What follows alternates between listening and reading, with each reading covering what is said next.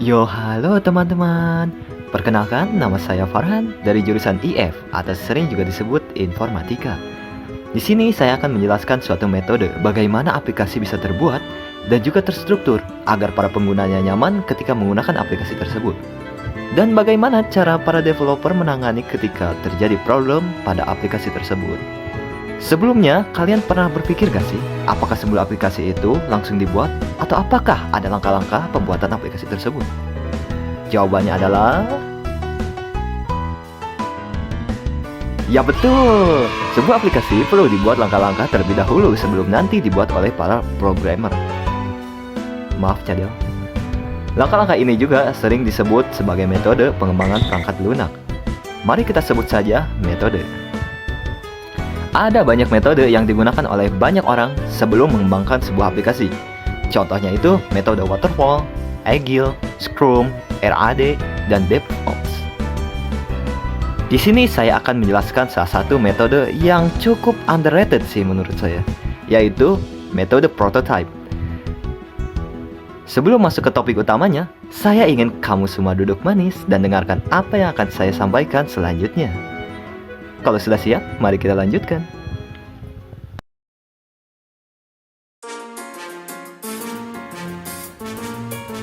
Prototype atau prototipe adalah sebuah metode dalam pengembangan produk dengan cara membuat rancangan, sampel, atau model dengan tujuan pengujian konsep atau proses kerja dari produk. Prototype sendiri bukanlah produk final yang nantinya akan diedarkan. Prototype dibuat untuk kebutuhan awal development software dan untuk mengetahui apakah fitur dan fungsi dalam program berjalan sesuai dengan kebutuhan yang direncanakan. Sehingga pengembangan produk dapat mengetahui kekurangan dan kesalahan lebih awal sebelum mengimplementasikan fitur lain ke dalam produk dan merilis produk tersebut.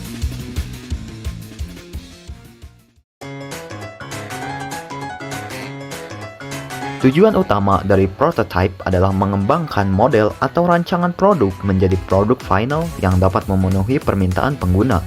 Dalam proses pengembangan produk, pengguna dapat ikut andil dalam proses pengembangan produk dengan cara mengevaluasi dan memberikan umpan balik. Umpan balik yang diberikan dapat digunakan sebagai acuan dalam pengembangan produk. Selain itu, pengguna prototype dapat memunculkan ide-ide baru yang bisa dikembangkan menjadi sebuah fitur untuk melengkapi produk tersebut.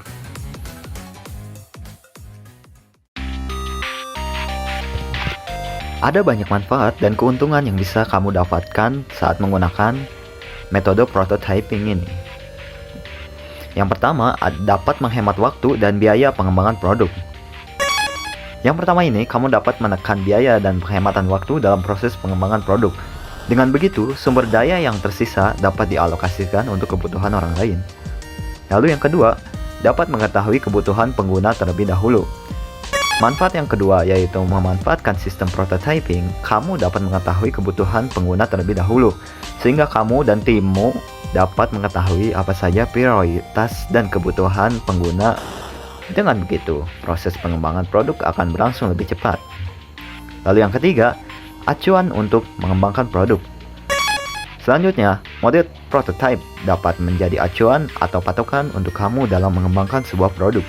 Kamu juga dapat menggunakan prototype untuk menemukan kekurangan dan mencari solusi untuk membuat produk kamu menjadi semakin baik lagi. Lalu yang keempat, dapat menjadi bahan presentasi. Yang terakhir nih, kamu dapat menggunakan prototype untuk mempresentasikan produk yang akan kamu luncurkan. Dengan adanya prototype, akan memudahkan audiens mendapatkan gambaran tentang produk yang akan diluncurkan nanti.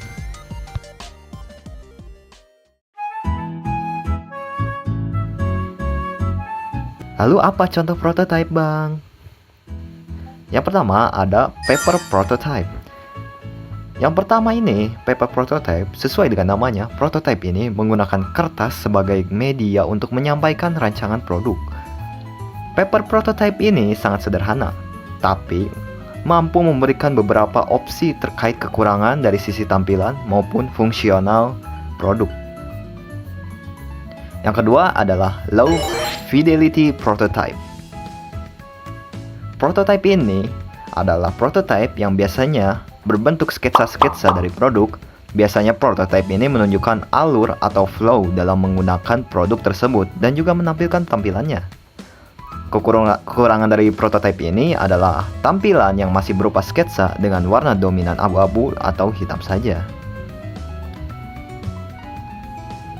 Lalu yang ketiga ada High Fidelity Prototype, yaitu prototipe yang memiliki tampilan yang mendekati produk aslinya. Jadi pengguna dapat merasakan sensasi menggunakan produk aslinya ketika menggunakan High Fidelity Prototype ini. Prototipe jenis ini sering digunakan dalam bidang pengembangan website atau aplikasi. Dalam pembuatannya, kamu dapat menggunakan beberapa tools yang banyak tersebar di internet.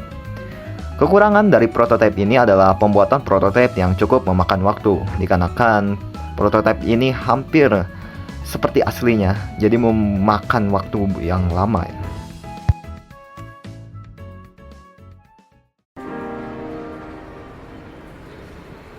Jadi kamu sudah tahu kan prototipe itu apa?